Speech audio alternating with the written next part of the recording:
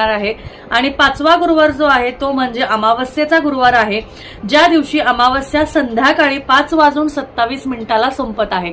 5:27 अमावस्या संपते म्हणजे मग आता तुम्ही म्हणाल की या 5व्या गुरुवारी आपल्याला पूजा करायची की नाही, तर या दिवशी तुम्ही अगदी पूजा करू शकता, त्याला काहीही हरकत नाही। कारण ही अमावस्या ही मार्गशीर्ष महिन्यातलीच अमावस्या आहे। मार्गशीर्ष महिन्यातलीच अमावस्या असते म्हणजे जो शेवटचा दिवस असतो तो त्याच महिन्यातला आहे, मार्गशीर्षातलाच आहे।